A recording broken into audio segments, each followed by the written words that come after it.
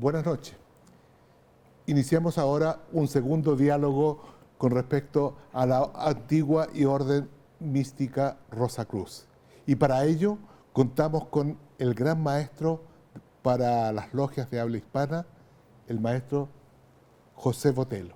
Gracias. Muchas gracias por haber aceptado nuestra invitación, maestro, y de continuar este diálogo tan interesante que hemos establecido. Gracias. Decíamos en el capítulo anterior que la Orden Rosacruz ciertamente no es una orden democrática, es absolutamente jerarquizada. Pero usted entregó una serie de bases en base a conocimientos que me gustaríamos estandarizar o resumir o focalizar. Hablemos de educación, pues. Claro. Entonces, ¿cómo podríamos definir o comentar lo que son los estudios espirituales, esotéricos y místicos que realiza la Orden Rosacruz en el mundo? La Orden Rosacruz, sus estudios están canalizados a través del mejoramiento personal. ¿Cómo lo hacemos?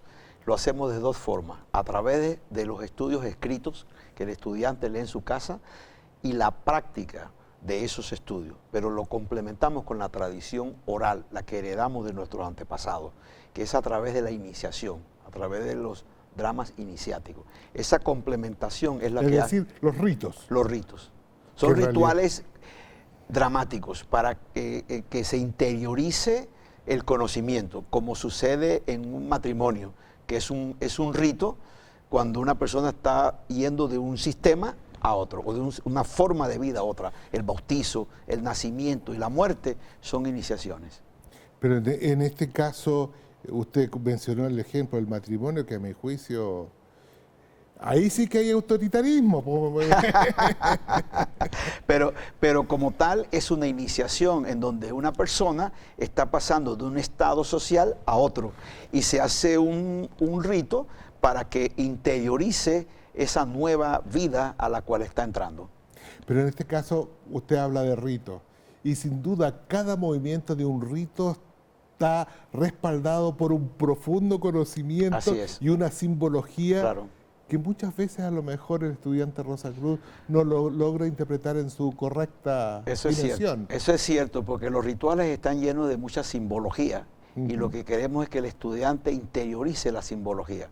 Y esa simbología le va indicando el camino por donde debe ir. Y la recuerda con mucha más profundidad que las palabras. Por lo poco y nada que he leído de la filosofía Rosacruz, tengo entendido de que se basa mucho sus conocimientos en las leyes naturales. Eso es correcto. Lo que ciertamente... esto ayudaría a la armonización del hombre y su entorno, el hombre y su medio social. Eso es correcto. Nosotros utilizamos las leyes naturales para armonizarnos. Adquirimos el conocimiento a través de esas leyes naturales. De hecho, el ser humano desde sus inicios ha copiado la naturaleza en todas sus actividades. Pero estas leyes naturales, si pudiéramos especificarlas, maestro, ¿cuál sería? Una ley natural que es la más difícil de todas entender puede ser la muerte. Ya. Nos hablan de la muerte, oímos hablar de la muerte, pero no entendemos la muerte. O le tememos a la muerte. O le tememos a la muerte por no conocer que la muerte es una ley natural. Y vivimos como si nunca fuésemos a morir. Entender este proceso natural nos hace ser más felices. Porque el temor nos quita un grado de felicidad. Pero ¿cómo ha de ser feliz una persona que se le muere un ser querido? No porque sea feliz porque se le muere un ser querido, pero cuando deja de temerle a la muerte porque no la entiende, porque el ser querido va a morir, hoy, mañana, pero va a morir. Lo que no entendemos, ¿por qué? Obsérvelo para que vea que dice, ¿por qué a mí? ¿Por qué pasó esto? ¿Por qué? ¿Por qué? No lo entiende y eso causa sufrimiento. Mire, ese tema lo quisiera llevar a un siguiente diálogo, si usted me lo permite, para avanzar en la pauta que en alguna medida habíamos confeccionado. Pero las leyes naturales, usted dijo, imitamos a la naturaleza. Sí. Es decir, debemos tener ciclos para poder... Exactamente, es precisamente, usted dio la llave del ciclo. Oh, gracias, porque yo soy... La naturaleza se proyecta en ciclos. Los indígenas, por ejemplo, de Norteamérica, habían observado que el año tiene ciclos. Entonces ellos pensaban que el año no era lineal, sino redondo o elíptico. Ellos visitaban el invierno, visitaban el verano, visitaban la primavera, visitaban el otoño y al próximo año lo visitaban, pero con un nuevo conocimiento. Y ese círculo que ellos hacían lo iban como cerrando. Cada vez que ellos pasaban por una de esas estaciones adquirían nuevo conocimiento. En aquella época era para la agricultura, pero eso ha ido avanzando, porque eran unas culturas agrícolas. Pero lo que se adquiere es un conocimiento precisamente de los ciclos naturales. El día, la noche, la semana, el año. Es decir, la semilla. La semilla, en la época del año, la luna, todo proceso, todo el universo funciona en ciclos. Y no es que uno pueda adivinar el futuro, sino conociendo el ciclo, uno sabe lo que va a suceder. Entonces sería prudente decir que el día se divide en 3 grandes jornadas: 8 horas para estudiar, 8 horas para descansar y otras horas para estudiar. El ciclo de 3, la famosa ley del triángulo. Ya. Usted acaba de decir un conocimiento, ¿por qué no lo comparte? La ley del triángulo, que se enseña desde tiempos ancestrales, son las famosas 3 puntas del triángulo, en donde 2 situaciones producen una tercera. Lo que podríamos decirle dialécticamente, la tesis, la antítesis y la síntesis. Eso podría ser, pero cuando yo tengo esta situación en la tercera punta del triángulo que no es conveniente para mí, con cambiar una de las 2 puntas del triángulo, la tercera cambia. ¿Y cómo se logra hacer ese conocimiento de saber que esto me va a provocar tal cosa? Claro, haciéndose consciente de que hay un problema. A ver, sigamos avanzando. Adelante. ¿Qué representa para los Rosacruces el micro y macrocosmos?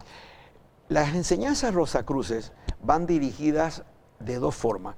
Yo puedo lograr mi mejoramiento personal a través de una armonización con mi ser interno, con mis órganos internos, con todo mi ser interno, mi sangre, mis riñones, mis pulmones y todo. Pero también la puedo lograr armonizándome con el espacio sideral, con el cósmico, como decimos nosotros. Entonces yo puedo llevar mis meditaciones y armonizarme con el espacio, con las estrellas, con los satélites, con los planetas, pero funciona igual si lo hago de manera interna. Entonces hay 2 métodos de armonización, con el macrocosmos o con el microcosmos. Específiqueme más, porque nuevamente no lo entendí. Claro, cuando usted está realizando una meditación, ¿ya? Esa meditación necesita que usted armonice sus energías con algo para que funcione. Ya. Usted la puede armonizar con sus órganos internos.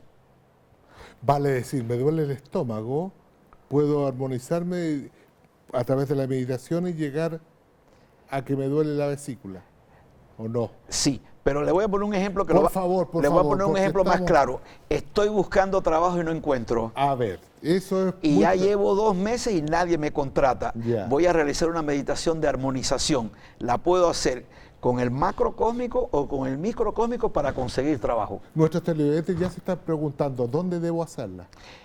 ¿Usted dice el lugar físico? No, ¿dónde debo hacerla? Es decir, ¿al macro o al micro? Bueno, ahí sí le tengo que decir que tengo que invitarlos a que se hagan miembros de la orden y le vamos a decir exactamente cómo funciona. Pero por favor, comparta un poquito. Lo importante es que nosotros podemos lograrlo armonizándonos con nuestro ser interno, con nuestra parte micro, o lo podemos hacer armonizándonos con el macro. Y esa armonización, ¿qué potencialidades permite desarrollar en las personas?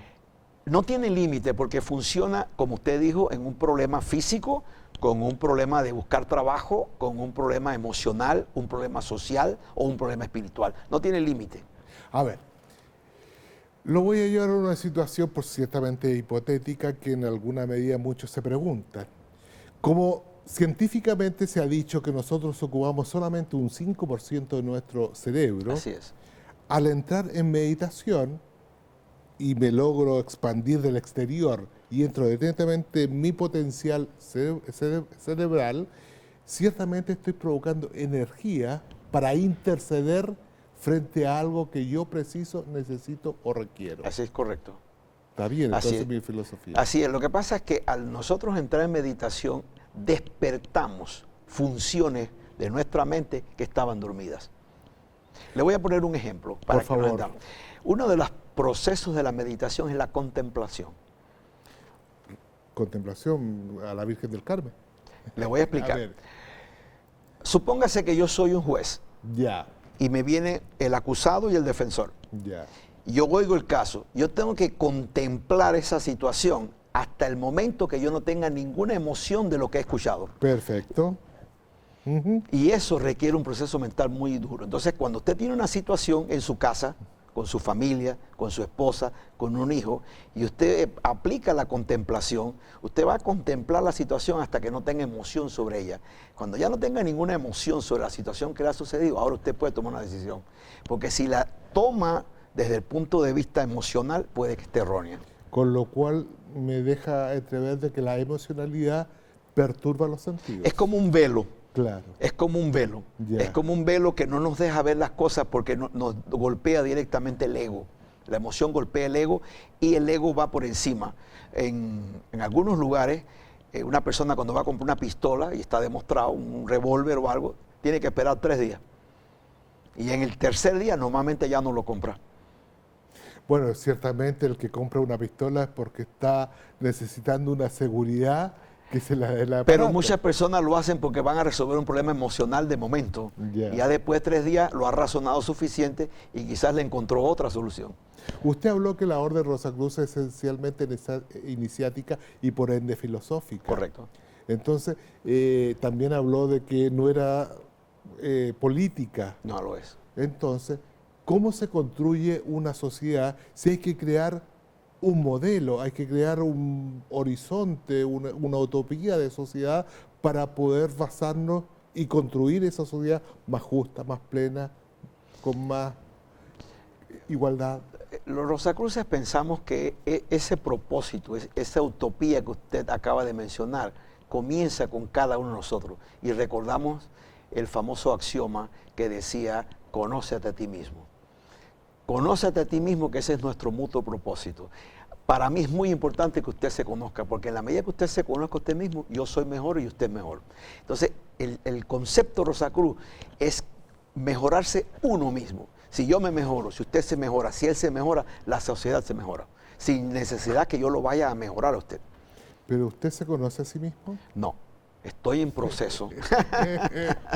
Porque yo creo que eso es lo más complicado que no. puede uno imaginar. Los estudiantes Rosacruces estamos en ese proceso. Sin embargo, tengo entendido que México tiene una universidad Rosacruz. Sí, cada gran logia Ujú. de habla de idioma, la francesa, todas tenemos una universidad Rosacruz, todas. Y la Universidad Rosacruz es una universidad investigativa, se encarga de todas las investigaciones que pertenecen y se van contribuyendo y se van agregando al conocimiento de la orden. Ellos son los responsables de adquirir ese nuevo conocimiento. Pero esa Universidad Rosacruz es una institución formalizada al cual se entra a las 9, 10, No. o también se hace como... No, en algunas jurisdicciones, es como usted dice, en la orden, en la jurisdicción de habla hispana, funciona de una manera móvil. Nosotros movemos la Universidad Rosacruz a diferentes partes. Dicho de hace menos de una semana estaba la universidad trabajando en Uruguay. Ya. Teníamos cursos de capacitación en Uruguay de la universidad. Viaja a Uruguay, da sus cursos y regresa a la sede en la ciudad de León, Guanajuato, en México. Cuénteme, ¿y qué investigaciones realiza? Todo tipo. Por ejemplo. Hay muchos Rosacruces que están en... Acabamos de terminar un estudio muy serio que se acaba de hacer por la universidad Ujú. de las propiedades energéticas de los alimentos y cómo afectan las vibraciones de nuestros centros energéticos del cuerpo. Cuando hablamos de alimentos energéticos, nos estamos refiriendo a las vitaminas, nos estamos refiriendo a las proteínas. De los alimentos. Sí, de los alimentos. Ajá, cómo afecta esa energía en Ya. nuestro cuerpo. Pero esa energía, ¿podríamos considerarla sinónimo de vitamina? No necesariamente. Porque muchos de los estudiantes el día viernes toman una bebida energética para seguir en el Claro, carrete. como se llama. los alimentos, la fruta, los vegetales, contienen unas energías. Así es. La cafeína, por ejemplo. Ajá, esa energía va dirigida a un órgano específico del cuerpo humano. Ya, Entonces se puede relacionar el alimento con el órgano. perfecto. Eso permite que si el órgano tiene un problema, hay ciertos alimentos que pueden afectar a la mejoría de este órgano. Ya. Y al mismo tiempo a los centros, el cuerpo está lleno de centros energéticos. Esos centros energéticos están bien definidos y se pueden mejorar a través de la alimentación o de la respiración o de la meditación. ¿Los famosos chakras? Que para los hinduistas es chakra, para los rosacruces le llamamos centros psíquicos. Tenemos 12, 7 principales y 5 secundarios. Esos centros psíquicos son... ¿Dónde están ubicados? En diferentes partes del cuerpo. Tenemos el centro psíquico que estamos en la parte aquí que le llamamos plexo solar, el corazón, tiroides. El cuerpo tiene un grupo de centros energéticos donde percibe la energía en mucha fuerza. Pero cuando esos centros psíquicos energéticos comienzan a debilitarse, tenemos las técnicas para poder restablecerlo. La respiración es una de ellos, pero los alimentos no dejan de ser uno de los principales. En la conversación anterior hablábamos de la pérdida de memoria de muchas personas, porque usted decía que por estrés, por exceso de trabajo o por la contingencia diaria. ¿Esto ayudaría? Ayuda tremendamente, porque le mencionaba que la pérdida de memoria muchas veces proviene de la pérdida de conciencia. Yeah. Y le pongo el ejemplo de cuando una persona cierra la puerta de su casa y cuando ha avanzado 5 minutos no recuerda si la cerró o no. Y eso es porque en el momento que cerró la puerta de su casa no tuvo conciencia de ello. Y eso se comienza a hacer cada vez más frecuente y viene la pérdida de memoria, porque hay pérdida de conciencia. Hay otra pérdida de memoria que puede ser o genética o una deficiencia física de la persona. Esa es tratada por la ciencia, por los médicos. Yo me refiero a aquella que proviene de nuestro comportamiento, que puede ser a través del estrés o a través de situaciones emocionales conflictivas de la persona. Se puede resolver. Y ahí la Orden de Rosacruz tiene mucho que aportar. Tiene mucho que aportar y tiene muchas técnicas que se estudian en uno de los grados de la orden para resolver ese problema que nos está llegando de exceso de trabajo, quizás de no comer bien, de falta de sueño, de factores que están comenzando a proyectarse que en un futuro se van a convertir en un malestar físico permanente y ya tenemos que tener la intervención de un médico. Bueno, maestro, hemos concluido esta segunda conversación. Me gustaría si usted pudiera quedarse para que iniciáramos un nuevo diálogo respecto a otros temas que ciertamente la gente se está preguntando. Muchas gracias. Y se lo planteo de inmediato. ¿Qué cercanía hay con la masonería, con los Illuminati y lo demás? Asista a nuestra siguiente conversación en este canal donde estamos meditando, conversando sobre la filosofía Rosacruz. Muchas gracias y buenas noches. Muchas gracias.